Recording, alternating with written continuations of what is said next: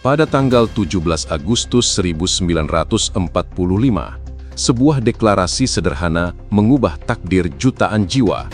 Sebuah kalimat pendek diucapkan di tengah hiruk-pikuk Jakarta menjadi penanda lahirnya sebuah bangsa. Namun, tahukah Anda bahwa di balik kesederhanaan proklamasi itu tersembunyi drama, ketegangan, dan perdebatan sengit yang nyaris menggagalkan segalanya? Ini adalah kisah tentang detik-detik paling krusial dalam sejarah Indonesia. Kita mundur sedikit. Bulan Agustus 1945. Dunia bergejolak. Sekutu terus mendesak Jepang di Perang Dunia II. Pada 6 Agustus 1945, bom atom pertama jatuh di Hiroshima. 3 hari kemudian, pada 9 Agustus, Nagasaki menyusul. Dunia gempar. Jepang diambang kekalahan.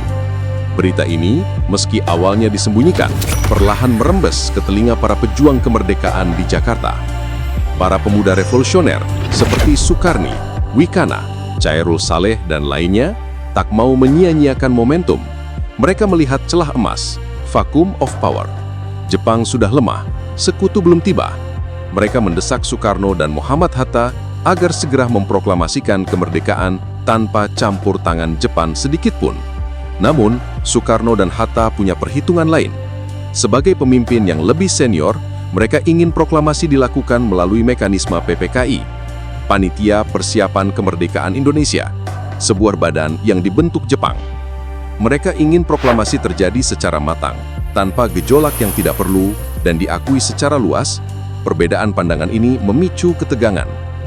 Puncaknya terjadi pada dini hari 16 Agustus 1945. Dengan dalih menjaga Soekarno dan Hatta dari pengaruh Jepang, para pemuda menculik kedua pemimpin tersebut dan membawa mereka ke Rengas Dengklok, sebuah kota kecil di Jawa Barat. Di sana, mereka terus mendesak agar proklamasi segera dideklarasikan.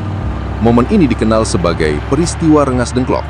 Selama di Rengas Dengklok, perdebatan sengit tak terhindarkan. Para pemuda bersikeras, jika Bapak tidak mau menyatakan kemerdekaan malam ini, biar kami yang akan berjuang sendiri. Namun, Soekarno dengan ketenangannya tetap pada pendiriannya. Proklamasi harus dilakukan di Jakarta dan perlu persiapan yang matang. Akhirnya, setelah negosiasi alot yang melibatkan Ahmad Subarjo sebagai penengah, disepakatilah bahwa proklamasi akan dilaksanakan di Jakarta. Malam hari tanggal 16 Agustus 1945, rombongan kembali ke Jakarta. Mereka menuju rumah Laksamana Maida, seorang perwira tinggi Jepang yang bersimpati pada perjuangan Indonesia. Di sanalah, di ruang makan yang sederhana, sebuah naskah bersejarah lahir. Soekarno mendiktekan, Hatta menyumbangkan pikiran, dan Ahmad Subarjo merumuskan kalimat. Dengan pena di tangan, Sayuti Melik mengetik naskah proklamasi tersebut dengan beberapa perubahan kecil dari tulisan tangan Soekarno. Detik demi detik berlalu, diiringi ketegangan yang memuncak. Pagi menjelang. Pagi hari 17 Agustus 1945, matahari belum terlalu tinggi. Kabar proklamasi menyebar dari mulut ke mulut. Rakyat berbondong-bondong menuju kediaman Soekarno di Jalan Pegangsaan Timur nomor 56 Jakarta. Bendera merah putih yang dijahit tangan oleh Fatmawati, istri Soekarno, sudah siap dikibarkan. Tepat pukul 10 pagi, Soekarno dengan lantang membacakan naskah proklamasi. Hening sejenak. Kemudian, Latif Hendraningrat dan S. Suhud mengibarkan sang saka merah putih, diiringi lagu Indonesia Raya yang dinyanyikan spontan oleh rakyat.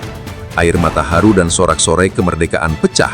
Sebuah bangsa telah lahir, sebuah asa baru telah terpancar.